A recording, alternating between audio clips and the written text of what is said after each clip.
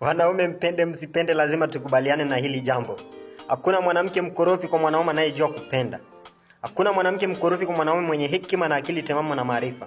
Na hakuna mwanamke mkorofi kwa mwanaume mwenye anajua kujali. Maandiko matakatifu yanatuambia kwamba wanaume, pendeni wake zenu. Mwanamke mzuri, mke mzuri ukimpenda, hawezi kuwa mkorofi. Ila akiwa mkorofi, bali huyo ni dada wa shetani, ndugu wa shetani, mjukuu wa shetani, bali sio mke. Lazima tukubaliane nalo. Na sifa za mwanamke mzuri ambaye ni zawadi kuu kutoka kwa Mwenyezi Mungu ndio hizi. Sifa ya kwanza ya mwanamke mzuri ni mcha Mungu. Mwanamke mcha Mungu siku ya Jumapili anakuamsha na kutayarisha siku ya Jumamosi usiku kwamba mume wangu, kesho ni siku ya kanisa. Lazima mjiandae vizuri hiyo siku.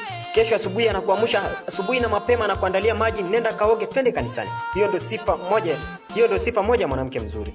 Sifa ya pili ya mwanamke mzuri ni mpambanaji. Ukienda kushoto yeye anaenda kulia. Kama basi ni kwenda wote kushoto, mnaenda kushoto, mnafanya kazi kwa pamoja. Sio kwamba yeye anangoja tu nyumbani kama ng'ombe analetewa. Hapana. Hiyo ndio sifa ya pili ya mwanamke mzuri. Pambanaji. Sifa ya tatu ya mwanamke mwenye nidhamu, anakutia na heshima. Sio kwamba mwanamke ambaye unazungumza pia anazungumza. Hapana. Mwanamke ambaye ukisema kitu yeye kazi yake ni kusikiliza, baada wewe kuzungumza na kujibu in a polite way. Hiyo ndio mwanamke mzuri. Sifa ya nne ni mkweli. Kwa chochote kile ambacho kitamkuta, anakuambia ukweli wake. Hawezi kukuficha kitu. Na kwa chochote ambacho anatarajia kufanya ama anapanga kukifanya, atakwambia ukweli wa hilo jambo. Hawezi kukuficha. Hiyo ni mwanamke zawadi kuu kutoka kwa Mwenyezi Mungu. Sifa ya tano ya mwanamke ni msikivu. Sio msikivu tu, bali anasikia mumeo peke yake.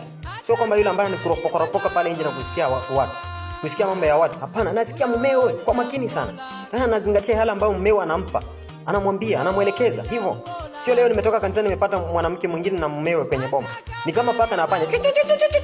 Hakuna yule ambaye anasikia mwingine. Hakuna yule ambaye anaongoja mwingine amalize amsikie.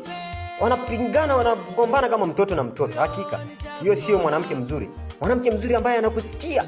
Anakaa chini kwa njia mzuri, anakuambia mume wangu, hapa umekosa, hivi na hivi, basi nielekeze nifanyeje. Huyo ndio mwanamke mzuri. Sio yule ambaye anabisha kama mtoto wa shetani. Sifa ya sita ya mwanamke.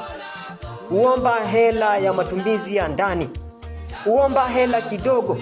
Sio kwamba yule ambaye anaomba hela ya kwenda kujiburudisha na marafiki wake. Hapana. Na akiomba hela, akifanya jambo kwenye nyumba, hata wewe unafurahi. Amefanya jambo nzuri. Sio yule ambaye anaomba hela ya kwenda kujiburudisha na marafiki wake kule nje. Hapana. Sifa ya saba ya mwanamke, hana marafiki wa kiume. Hana. Maandiko inatuambia hata ukipata mwanadada, hata mtoto wa kike ana marafiki wa kiume wengi. Huyo ni malaya.